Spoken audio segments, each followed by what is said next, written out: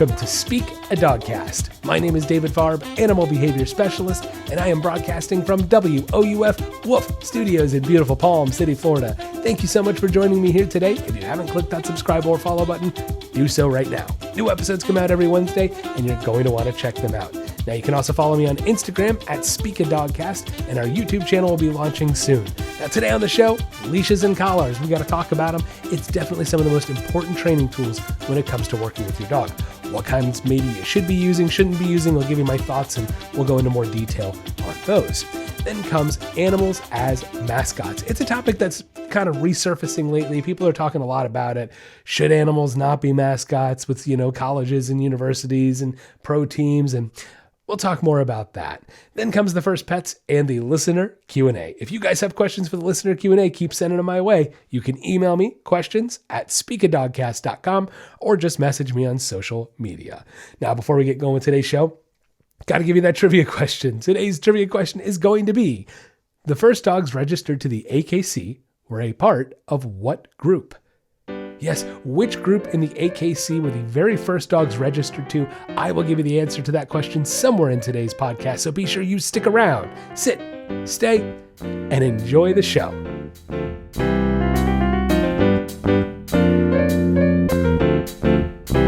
Next on Speak a Dogcast, Leashes and Collars.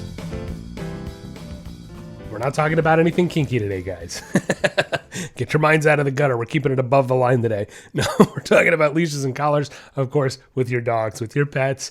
And guys, there are so many to choose from, aren't there? There's just no shortage of different types of leashes and collars. And really what we're looking at is restraint mechanisms, right? Restraint and control mechanisms.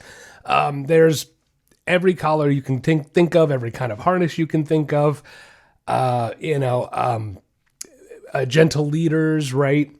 There are so many different tools out there to try and walk your dog. Notice I say try. Now, again, the word I use is tool, right? Because these are all tools and they may not be the right tool for the job.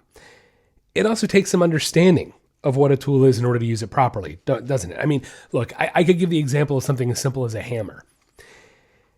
Anybody who's used a hammer more than just like maybe nailing in a nail for a picture, you're going to know what I'm talking about.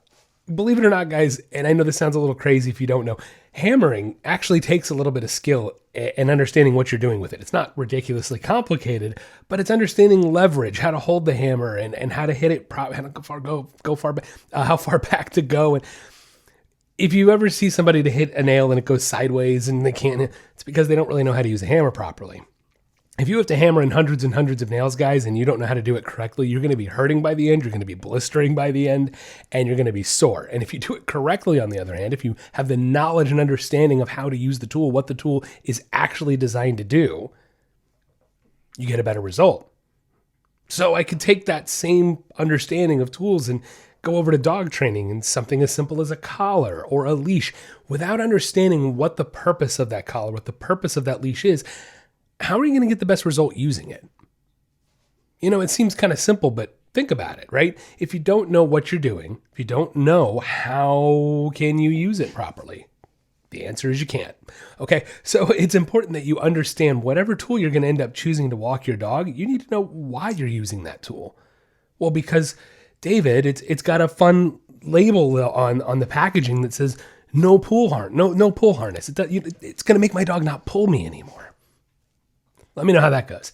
Guys, there's no magical fixes when it comes to training, right? There's no such thing as this magical fix. There isn't somebody who's sitting in a dog,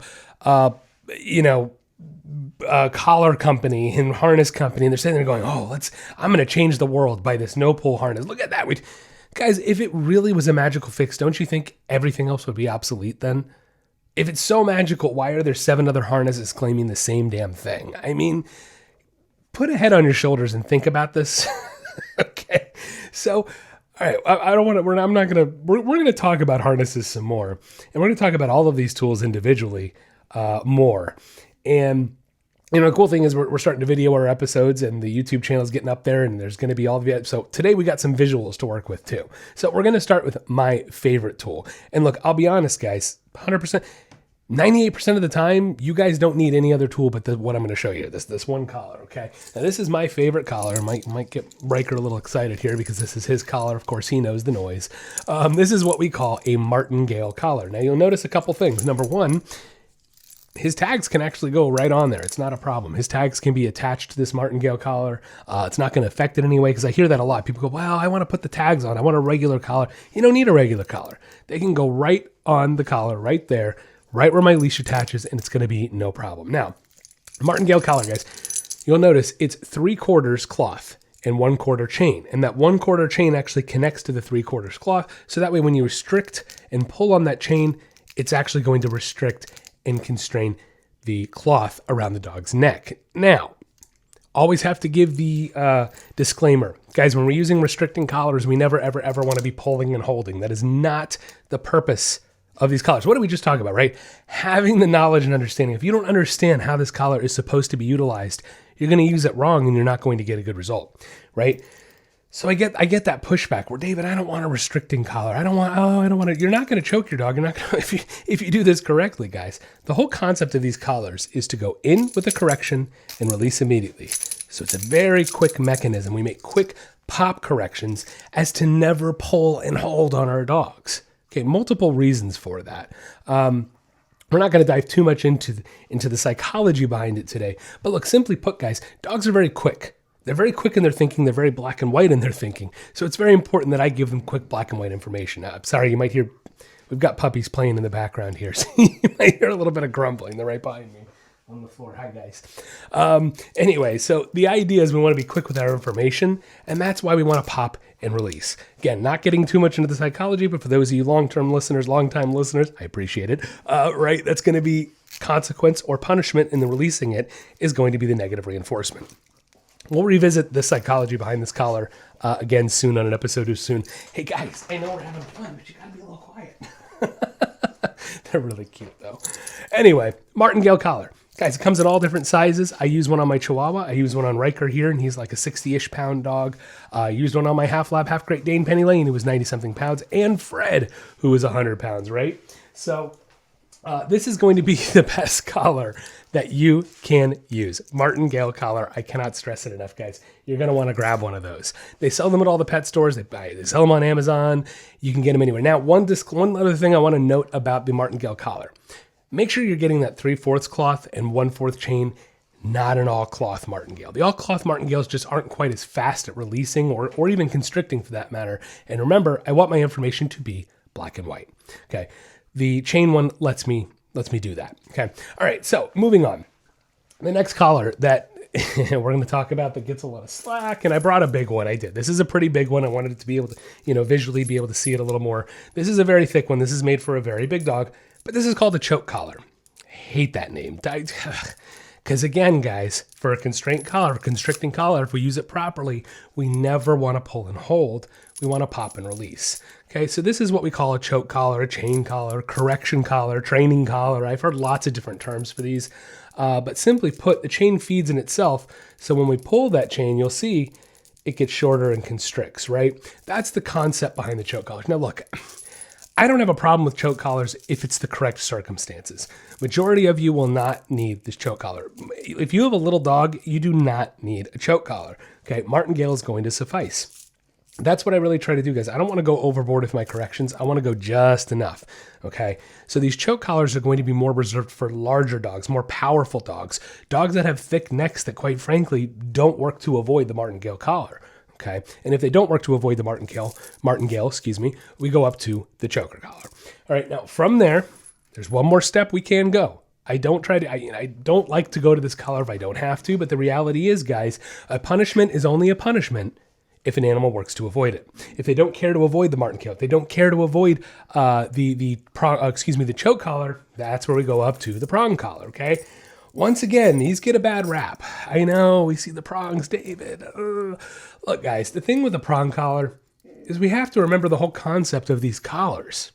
They're literally meant to take the place to mimic how dogs naturally correct each other, which is with teeth. They nip each other in the neck. They'll drag each other to the ground with the neck. And this is meant to only mimic that, right? This isn't going to be as intense as dogs biting each other, but the concept is to mimic it. And quite frankly, some dogs just don't care to avoid the other forms of consequences we have to provide. So in those more rare circumstances, we do have to go up to something like a prong collar. Guys, it is what it is. The definition of punishment is anything an animal works to avoid.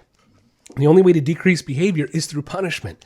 And if the only way to decrease behavior is through punishment, but the animal doesn't work to avoid what I'm trying to make it punish, then we have to take the punishment up. And that's where our collar progression comes in. So guys, those are the 3 tools that I use. Majority of the time, and I'm talking like 97, 98% of the time, I'm using a martingale collar. The other 2%, it's between the choker and the prong collar. More choker than prong, quite frankly. I go more to the choker collar than I do the prong collar, but we're talking 2% of my clients, 2%, maybe even, it's less than 2% because it's split between the 2 of them. Okay. So that's the point I want to make to you guys today. We don't have to go crazy or overboard with these corrections, and we can do it in a nice progression that allows us to see what tool is going to work best for you and your dog. Finding that threshold where it's just enough of a punishment that the dog wants to avoid it. Okay, so from there, we also are going to talk about our leashes. And look, for me, it's pretty simple, guys. I want to KISS, keep it simple, stupid. When it comes to a leash, plain old nylon, regular leash, nothing crazy, guys. 6 feet. All right, 6 feet's my favorite because it allows us enough room to be able to manipulate the leash if we need to, give them a little space if we need to. Or reel it back in. 6 feet's not ridiculous to hold in our hands either. So it's that nice happy medium between just enough length and not too much length. Okay. If you want to use a leather leash, I don't have a problem with that. If you look, this is only, this 3/4. I think this is a 3/4 leash. Definitely. 3/4 inch leash. If you like a thinner leash, because your dog is smaller, no problem. But if you get up to a bigger dog, you are going to want to go make sure you got that 3 inch, or 3/4 inch, maybe a 1 inch. Some people like the double ply, the double thick leash. My wife really prefers that. She says it feels a little more comfortable in her hand. She feels like she has more control. Nothing wrong with that. Once again, as long as it's not a stretchy material, as long as it's a regular leash and it's 6 feet or less. Okay, that's where we want to go. These guys are having too much fun behind me. It's almost distracting listening to them play, but they're having a good time. All right, so that's for the leashes. Guys, runaway leashes are a big no-no. Get rid of them. The extendable leashes, get rid of them. They are terrible. They should be against the law. They are dangerous, and I can't stand them. Ask any veterinarian, ask any other trainer, and what are they going to tell you? Get rid of those damn leashes. Guys, you go out to public events now, and they actually have to write on the flyers when they say dogs are welcome. I've seen it multiple times now. They say no extendable leashes, 6 foot leash or less. Thank you. Common sense playing into here. Okay. Extendable leashes are a big no-no in my book. It really forfeits control with our dogs. It lets it be a free-for-all. And again, it's just dangerous. It's just downright dangerous. You could get caught up in it. You could let go of it. I've seen them snap. There's so many things that could go wrong with an extendable leash. So you got to get rid of them. You got to stop using them. Okay. So that's really kind of it for the leashes. Let's move on to different tools that maybe I don't recommend.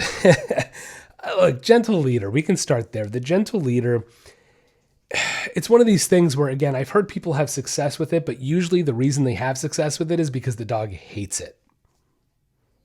I don't know about you, but I don't want to use a tool that my dog absolutely hates. I don't want them to be on a walk and be miserable because they don't enjoy this thing around their face. That's the only time I've ever heard that the gentle leader gets them good results. And even the owners are like, it gets me good results on the walk, but my dog looks miserable. That stinks. That's not what I want. Guys, you guys hear this? This is crazy.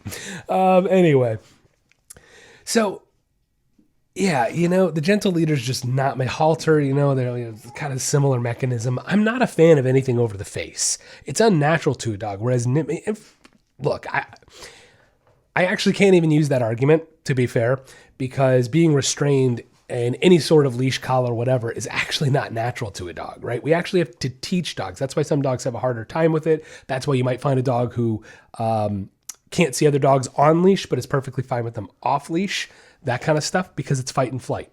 We're not going to dive off into this today. But suffice it to say, dogs have to be trained to relinquish control, essentially, to give up and be okay with being restrained.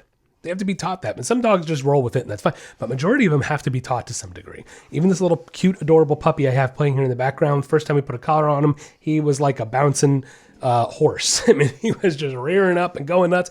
And now he is just absolutely incredible on leash. You know why? Because we used a martingale collar.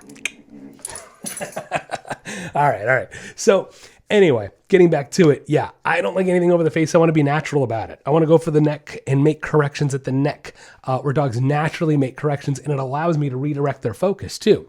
Okay. All right. So that's kind of my thing on the halters and gentle leaders. I just don't love them for a multitude of reasons. All right. So moving on next to the harnesses, the dreaded harness. Look, guys, harnesses were created for one reason and one reason only. See, he doesn't like the harness either. To make a dog pull, okay? That's the whole point of a harness, because you have to think of it like this. When we needed dogs to pull sleds or pull carriages or pull whatever things they pulled over the thousands of years, we created these sledding dogs and herding dogs that could, or not herding dogs, excuse me. We needed a mechanism for the dog to attach to the dog to be able to let them pull us. Now, we can't throw a collar on a dog and have them pulling. It's going to choke them clearly. So we needed something like a harness where it actually can use their body and the weight of their body to pull the sled. But there's another thing going on here. It's not just the fact of it can't, we don't want it to choke. Here's the other thing. What did we just talk about a second ago? Fight and flight mentality, right? Anytime a predator feels any kind of restraint against them, their natural inclination is to fight against it. So if this predator feels restraint all around its chest and neck, it naturally wants to pull against it, and boom, we have a sledding dog doing what it needs to do. So knowing that information, why in the world would I put a harness on a dog to get them to stop pulling? You see the problem here. Guys, go outside, go walk down the street, take a week. I'm serious. Go take a week and walk around in public, and I want you to watch. And every time there's a dog on a harness, I want you to count how many of them are walking with their owner and how many of them are in front of their owner. I bet I can tell you what the ratio is going to be and which side's going to be more. So, yeah, I don't like harnesses because they stink at getting dogs to focus. They stink at getting dogs to walk next to you, and they're not the right tool for the job. Have I mentioned the tools that are right for the job? Yes, I have. Okay.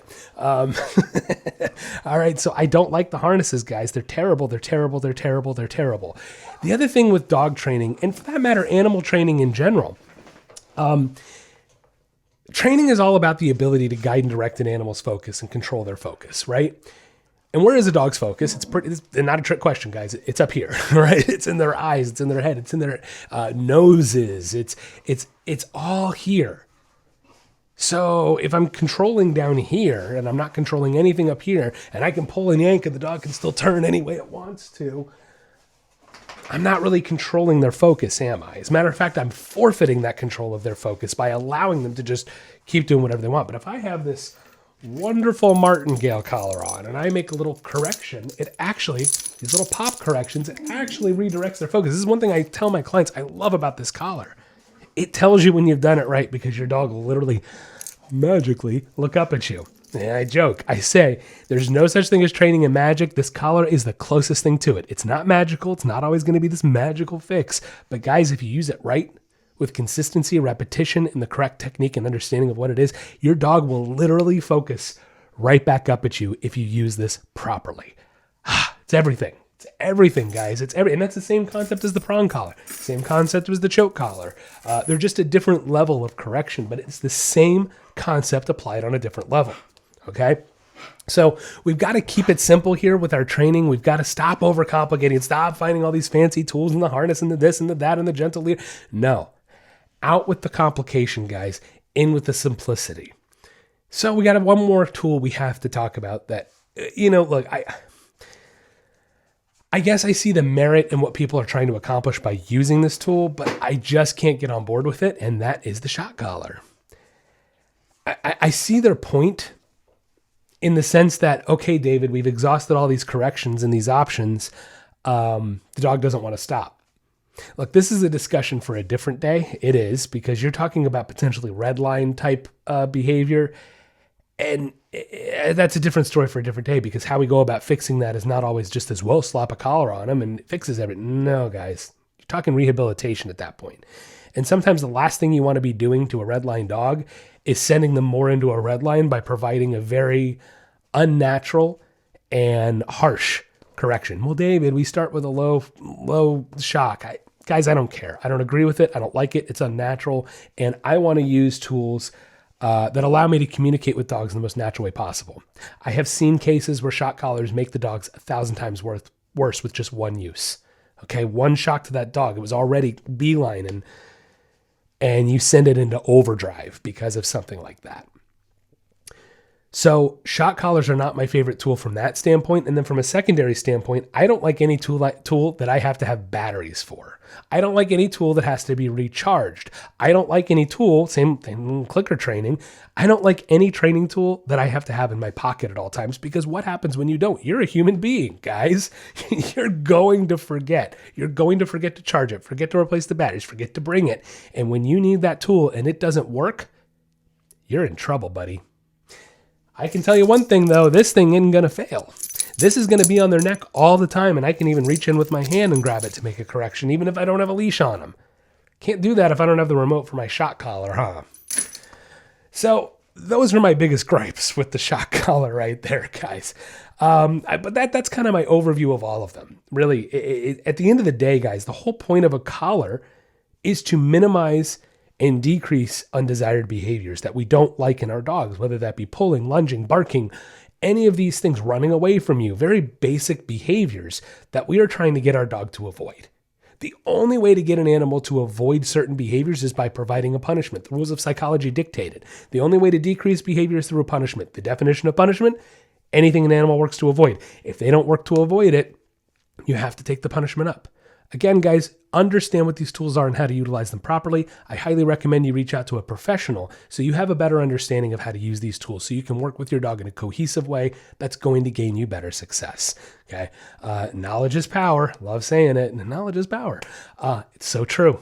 It's so true. Have an understanding of what you're doing, know what tool you're using, why you're using it, and if you're using it properly. Hope that helps out, guys. And most of you guys go out there, get your martingale collar and a 6-foot nylon leash.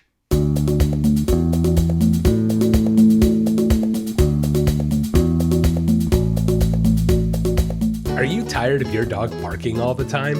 Or maybe you want them to stop jumping on people when they come over? Or does your dog take you for a walk instead of the other way around? Well, we can help.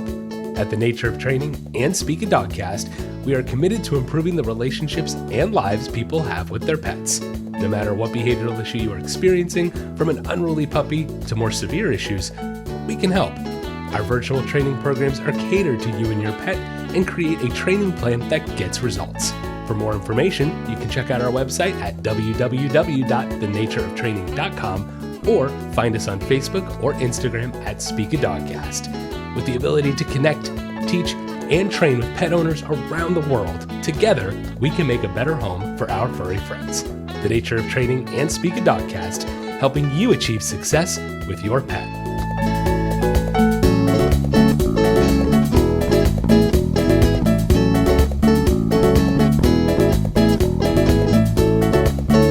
Next on Speak a Dogcast, animals as mascots. Definitely has been more and more controversy about this lately, as there is everything.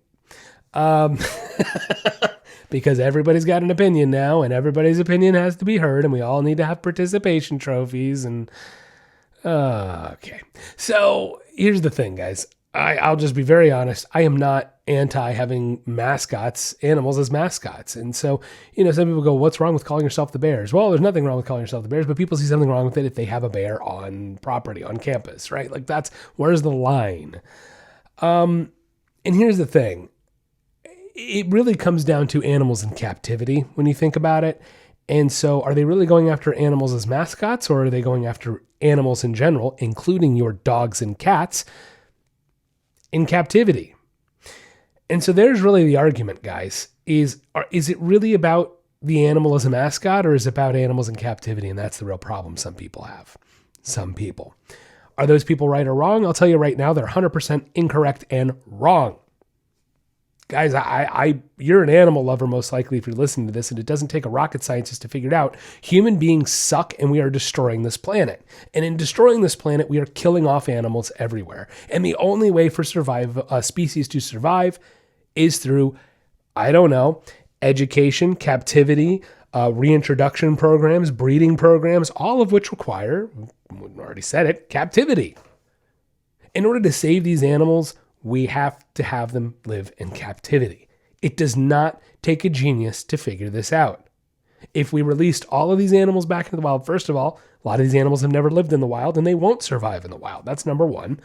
And number two, we're going to lose them all if we don't, okay? So really, I think when it comes down to this argument about mascots and animals as mascots, what people are really saying is they don't want animals in captivity. A lot of people, not everybody, right? But that's the message that gets put out there. It gets misconstrued where the extremists get heard, and they are the minority of the population. It sounds familiar in a lot of things in life, huh? So that's the thing. It's not about logic anymore, is it? It's all about emotions and getting people to feel. And because look, I'll give you an example. There's a certain school, everybody's heard of them, Auburn University. And what are they? The War Eagle, right? War Eagle. And they have an eagle, flies into the stadium. And people, oh my God, that poor eagle is going to be so scared, all the noise. I'm sorry, do eagles just not live near highways? Eagles just don't live near human beings anymore at all? It's just not a thing? Because highways are pretty loud. Humans are pretty loud. You think they don't get used to the noise? They're like, oh, I can't. I gotta move. We have to move. We're Sheila, get your bags. We're going to the mountains. Like that's not what's happening here, guys. Animals are more capable than we give them credit for. Because at the end of the day, it's psychology 101. It's conditioning. If baby bird was born next to the highway, baby bird isn't going to give a crap about the highway when it's 2 years old because that's the way it's always been. People don't like to hear the reality that an animal born in captivity doesn't know it's in captivity unless we get into the higher intellect animals, which is not what we're talking about today. Okay, there's not the University of Ohio orangutans. Like, that's what I wish they were because I don't like them. But, that's actually Ohio State. I'm referencing a little more of a slight to them to call them Ohio, right? Anyway, we're not talking about that.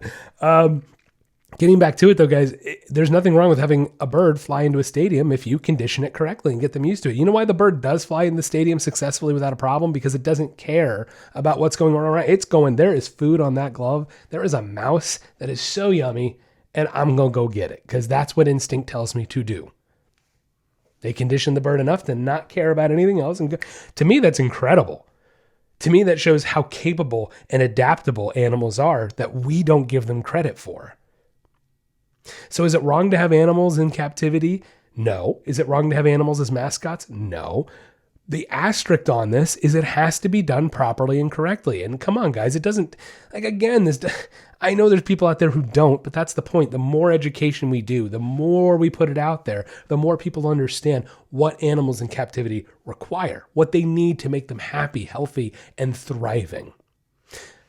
If you look at any animal in captivity, and the average lifespan, normally, under most circumstances, animals in captivity have twice the life expectancy of wild animals that are not in captivity. Did you hear me? Twice the life expectancy.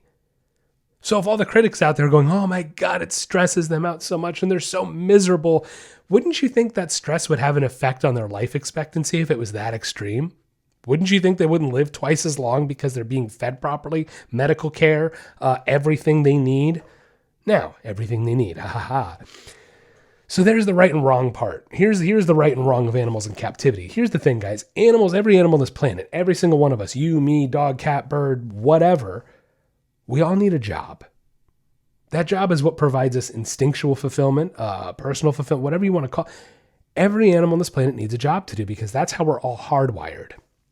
And so here is, and I don't disagree with this smidgen of the argument, if we don't provide proper enrichment and care for these animals when they're in captivity, then yes, that's when it's not okay. That's when we're not doing something in the betterment of the animal and human beings. We're doing that animal wrong. So what we have to do is provide artificial stimulation. If we have a hawk, guess what we're going to do with that hawk? We're going to fly them to get their food. What's wrong with that? That's what they do in the wild. It's exactly what they do in the wild, and the birds love it. I mean, if they didn't, why would they keep doing it? Instinct tells them, go after the mouse. Fly. So you're actually fulfilling that instinct by flying those birds. And that's what they do in these zoos. That's what they do in captivity, guys. They do training programs, enrichment programs to mimic the same sort of job that these animals do in the wild. If it's a foraging animal, they put the food in different places in their enclosures to allow them to forage. Look, years ago, we're not going to go into too much detail on this client, but years ago, I had a client who got a miniature pig that wasn't a miniature pig. Let's start there. It was a pig, guys. It was a pig that they were told was a miniature pig. And they wanted to make the pig a vegetarian because they are vegetarians. Now, I informed them that pigs are not vegetarians. Pigs actually, the whole rooting into the ground, they're looking for insects and bugs and critters and all kinds of fun things to eat. That's animal protein. So I said, look, you can feed them a fortified pellet. It's not like you got to go out and forage in your yard for bugs for your pig, but it's going to want to. That's what a pig wants to do because that's their natural instinctual. So if I put a pig inside a house and I don't let them forage naturally and I try to make them a vegetarian, do you think they're going to have the best quality of life? No, they're not. Okay, so you see the problem here. It's all about providing the correct enrichment, the correct food, and the correct job for that animal to let them thrive and be successful. So, look, I have worked full contact with animals. I've worked limited contact with animals, and there is no comparison. Full contact, you get so much more out of, as I truly believe, as does the animal. Okay? It's incredible what you can learn working full contact with an exotic animal, okay? Look, one of my favorite animals that I worked with ended up being birds. And I was very surprised because I didn't know, honestly, when I'm going into it, I really didn't know a lot about birds. I was more a dog guy when I first started working with exotic animals. And I really, truly fell in love with birds, and vultures, like, particularly kind of got me. I loved the hawk, the owls. I loved all of them. Like, the birds of prey in general. I love the macaws and parrots as well, but birds of prey were fascinating to me. And it's all instinct-based. And you really learn that when you start interacting with them and hanging out with them. And I had this one bird I had this hawk I could cuddle up with. I loved that bird. We had such an incredible relationship. I'll tell you another quick story. After I left the job where I worked with this bird, I hadn't seen her, and I think it was like 10 months, maybe almost a year. I hadn't seen her. And I came around the corner. She saw me from about probably 40 feet away, 50 feet away. Now, of course, they have incredible eyesight, so that's nothing to her anyway. But she saw me from about 40, 50 feet away, started chirping like a little baby birdie. Chirp, chirp, chirp. She got so excited when she saw me come around that corner. And I mean, I just walked right up to her. This bird, I didn't even need to wear a glove. I could put this bird up on my arm without a problem. I didn't need a glove with her. I could just hold her and, miss that bird. That was one of the coolest experiences ever. Anyway, so that's the point, guys. That's the point. That experience wouldn't have been the same if I wasn't working full contact with that bird. It's just that simple. It wouldn't be, So to sit here and say animals shouldn't be mascots to me is just ignorant because it's like an all or nothing. And that's not the way it works. Look, years ago, my University of Florida, I am a Gator fan, years and years, and we're talking many years ago. It's been a long time, guys. So can't judge the past, all right? You can't. You weren't there. We weren't there. Even if it's wrong, it's like, I can't. What's the point, okay? Learn from the past. Learn from it. Don't live in it, okay? Look, really quick, Lao Tzu, Chinese philosopher, to live in the past is to be depressed. To live in the future is to be anxious. To live in the present is to know peace. All right? Something to think about. Even myself, right? We can all learn from that. So they used to have an alligator at the University of Florida because the University of Florida, we are the Gators, right? And they had an alligator on property, and the students used to come. And I mean, I heard, my parents told me when they were there stories that people would come and throw marshmallows and feed the gator marshmallows. Not very good for an alligator, guys. So there's an example of where maybe, lack of education, understanding, shouldn't have been letting people do that. That's the kind of stuff that ruins it for the people doing it right. So that's kind of how I see it. It's just because somebody over here is doing it wrong doesn't mean that the person over here doing it right should be punished for it. We need more people doing it right with animals. We need more people providing proper enrichment, medical care, love, attention, affection, structure, rules, boundaries, training. We need more of that. The only way to get more of that is through education. One more story before we go here. Years ago, I was working at a theme park, and we used to bring animals out into the park to let people stand next to them, take a picture, interact, talk about them. It was cool. I loved that. That was one of my favorite things to do. And one of the biggest reasons why, education. One day I'm standing there and I'm holding a hawk on my arm. And guys, the kid was like 12 years old. He's not like a 4-year-old. This is like a 12-year-old boy who walks up to me, sees this hawk on my arm and goes, "Wow, what kind of owl is that?" Now, I don't know if it's just me because I love animals, but I have memories of being in kindergarten and drawing an owl. The eyes and the beak and the way that, they look different than a hawk, guys. I don't expect him to know the species of the bird, but for crying out loud, hawk or eagle, those look similar. Different sizes, but they look similar. An owl looks nothing like a damn hawk.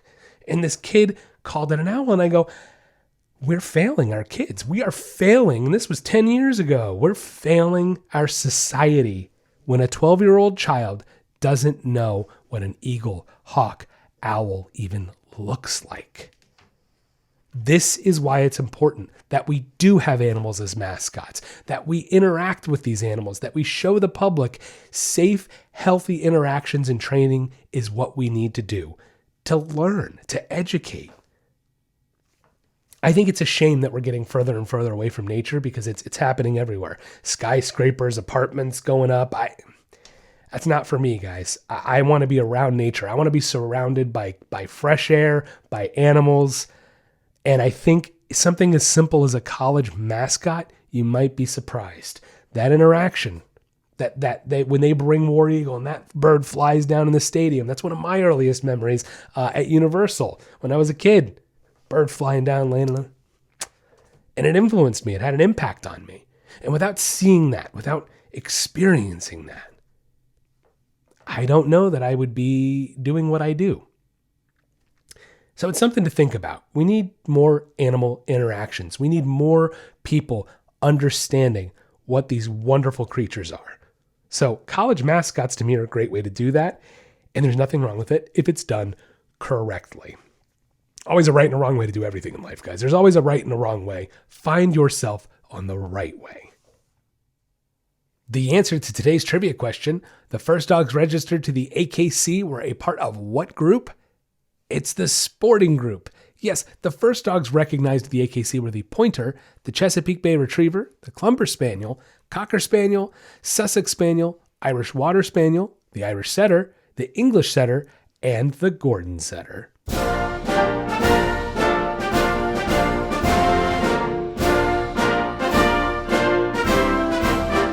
Next on Speak a Dogcast, it's the First Pets. Today on the First Pets, we'll be talking about Gerald Ford. Gerald Ford, he was the 37th president of the United States, serving from 1974 to 1977.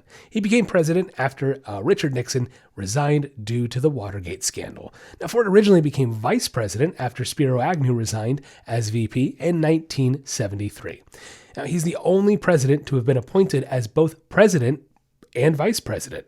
And another interesting fact about Ford, he is the only president to have made the rank of Eagle Scout in the Boy Scouts. Now, the Fords actually had a few pets over the years. The president and his wife gifted a Seal Point Siamese cat named Shan for Easter of 1973 to their daughter, Susan. The cat was fond mostly of women, but was known to like the president as she would rub up on his legs from time to time. Now, Shan was not the biggest fan of the dogs that they had in the White House, and would spend a lot of his time, in hiding. Now, the cat's full name was Shan Shane, don't know if I'm saying that right, named after a town in China that the Fords had visited. The Ford family did also have a few dogs over the years. Lucky, he was a mixed breed, and unfortunately, we don't actually know much about him. Then there was Liberty. She was a female golden retriever, and Goldens were definitely the favorite breed of the Ford family. I can relate. It's definitely mine. They had actually just lost one of their Goldens right before the move to the White House, and their daughter Susan pretty soon after began looking for a new puppy from a reputable breeder. However, Susan was trying to kind of, keep it under wraps on who she was getting the dog for. Breeder was asking very many questions, only trying to ensure that the dog was going to a good home. She started by saying the dog would be going to a nice middle-aged couple who had had Goldens before. still wanted to know more. What kind of house do they live in? He asked that. She responded, a large white house with a fence around it. Finally, after the breeder asked what the owner did for a living, could he afford to feed a big dog? She finally gave in. She told him, look, the dog's for the president, right? Like, I'm his daughter. The breeder, of course, could not have been more ecstatic once he found out who one of his dogs would be going to. Yes. Now, Liberty also became the mother of other dogs while at the White House. She had 4 females and 5 males. And the Fords only kept one of the puppies and gave the rest away. The puppy that they kept was named Misty, and she and Liberty caused, apparently, as we again hear time and time again with dogs in the White House, a lot of mischief around the White House, but everybody loved them because how can you not love a golden? And after Ford's presidency was over, both dogs returned home with them and lived out to their old age.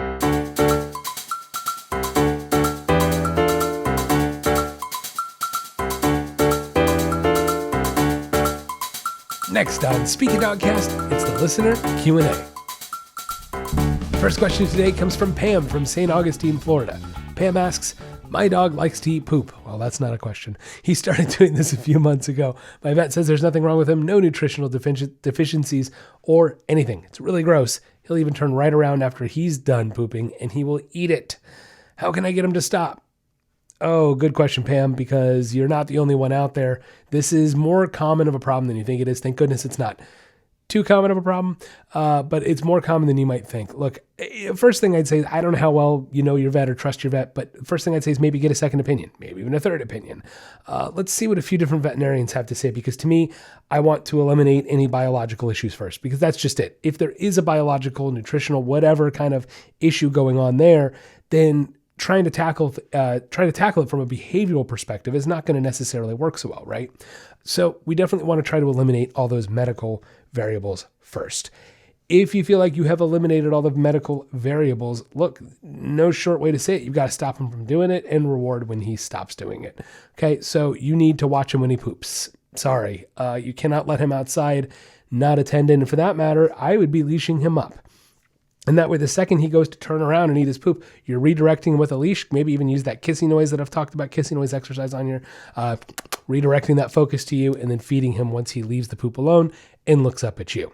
Okay, you've got to break a pattern. That's all you're doing. You're breaking a pattern, but look, this is where I can't read a dog's brain. I can't tell you why he's making that decision. I can tell you the pattern of it and that it's clearly very strengthened to the point that he'll just turn around and do it. So this is a very strengthened pattern, and therefore you have to be consistent. You have to be out there every single time, potentially for months.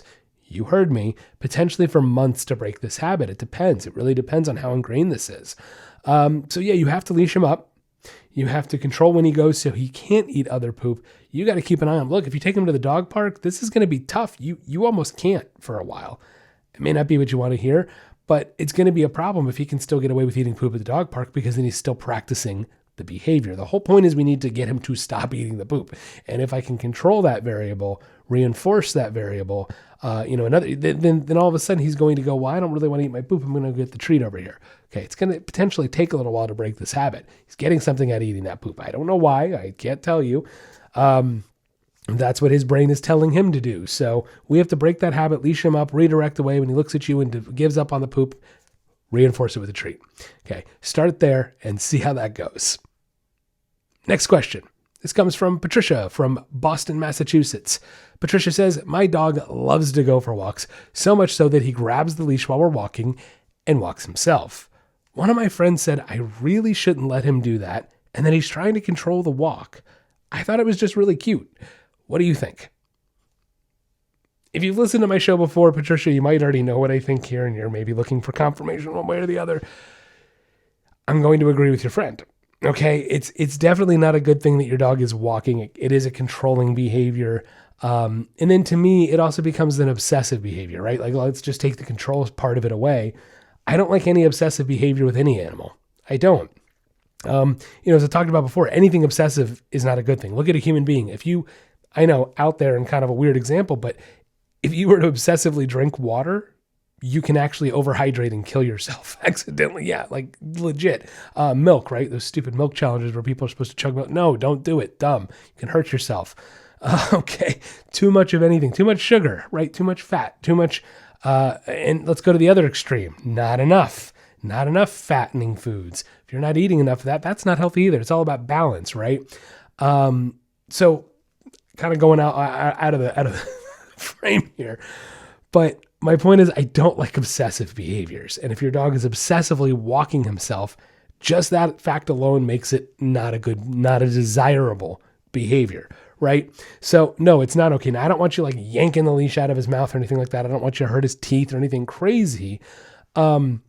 But it might be a good idea. Like one of the tricks that I do is if you have that martingale collar on, which you should, if I have that martingale collar, and I'm just going to guess you have a retriever. You didn't tell me, but I'm going to go out on a limb and say you probably have a retriever. Most of the time, those are the dogs do it. Not all the time. Like, don't get me wrong. I'm guessing. I could be wrong. Don't come on, guys. But yeah, so what you're going to do is you're going to have the martingale collar on. You want to take the martingale and actually pull it up to the top of the neck. So it's at more of the base of the head, and don't pull it too tight. You want to very, very lightly, but just enough that it's tension. You're actually going to pull up right on the back. And that way the tension is actually pulled up in the head and the leash stays up here. So when it goes to bite it, he's not going to be able to get it. Okay, very loose. You want to keep it loose enough that it's still loose, but up enough that the leash stays somewhat taut so he can't get to it behind his head. Okay, that's the key there. Do that for a little while, keep it up. And then once you feel like he's sort of giving in and relaxing, giving up on the leash, try to relax the leash all the way. Get that nice loose leash going. See what happens. If he goes to grab it again, do a turn, redirect him, turn around, pull the leash back up, create that slight tension again. Wait till he relaxes. He gives up on it. Once he does, it's going to be this back and forth. And what we're going to show him is that the more you relax and give up and loose leash walk, the more we hang out. The more life is good. The more it's all great. But the more you grab that leash, the more it disappears. You don't get to grab it anymore. And then I can keep the focus up with that collar. Okay. So kind of a little punishment reward there. Very light, very minimal, but that's what it's going to take. Okay. And then of course, once he's leaving the leash alone, very important, make sure you're praising him. Good boy. Good. Give him a treat. One other tip you can take away is a leave it command. If you can teach your dog a leave it command starting with treats and then start transferring it to toys and things like that, believe it or not, a leave it, believe it or not, a leave it, believe it or leave it, there you go. Believe it or not, your dog will start leaving that leash alone if you use that command. If you strengthen that command enough outside of the walk, once you get on the walk, a leave it should be able to really help you, give you another tool to get your dog leaving that leash alone. So hope that helps out, and good luck out there walking your dog, getting him to leave that leash alone. That'll wrap up the podcast today. Thank you so much for listening in. If you haven't clicked that subscribe or follow button, do so right now. New episodes come out every Wednesday. Follow me on Instagram. And if you guys love what you're hearing, give me that 5-star rating. Have a wonderful week. And don't forget, get out there and walk your dog.